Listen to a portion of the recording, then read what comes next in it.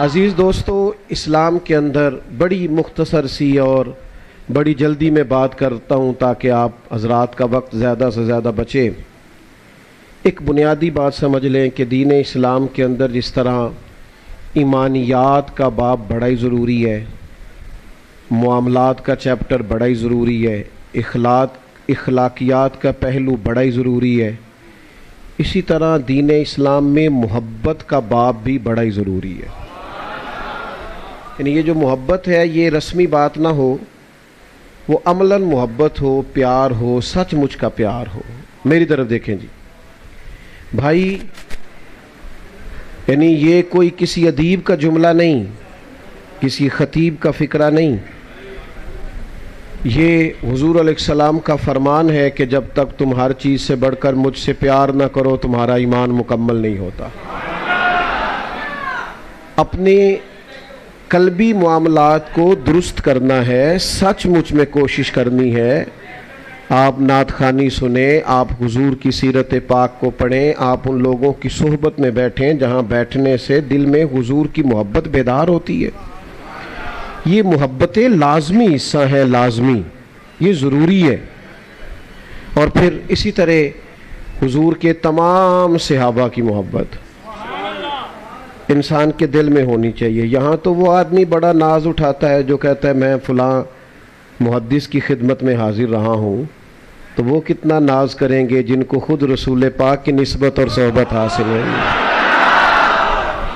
صحابہ کرام علیہم رضوان نے کچھ نذرانہ حضور کی بارگاہ میں پیش کرنا چاہا تو اللہ تعالیٰ نے قرآن مجید نازل فرمایا قُلْ لَا أَسْأَلُكُمْ عَلَيْهِ أَجْرًا إِلَّا الْمَوَدَّةَ فِي الْقُرْبَى۔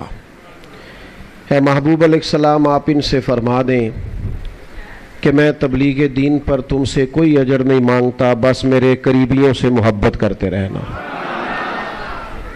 حضور کی ازواج پاک سے، چاروں شہزادیوں سے، حسنین کریمین سے انسان وارفتگی کے ساتھ، شوق کے ساتھ، خالص ہو کر پیار کرے۔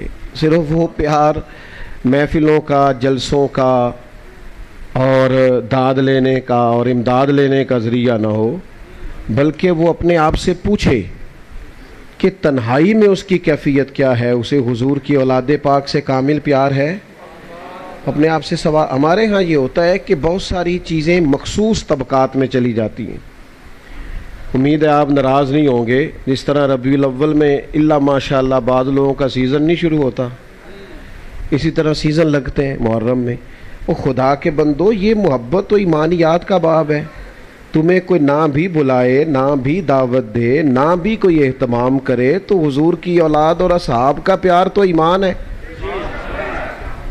اور کچھ چیزیں ایسی ہوتی ہیں جن میں جذبات ہونے چاہیے بندے کے، اس کے اندر اس کی قلبی واردات شامل ہونی چاہیے۔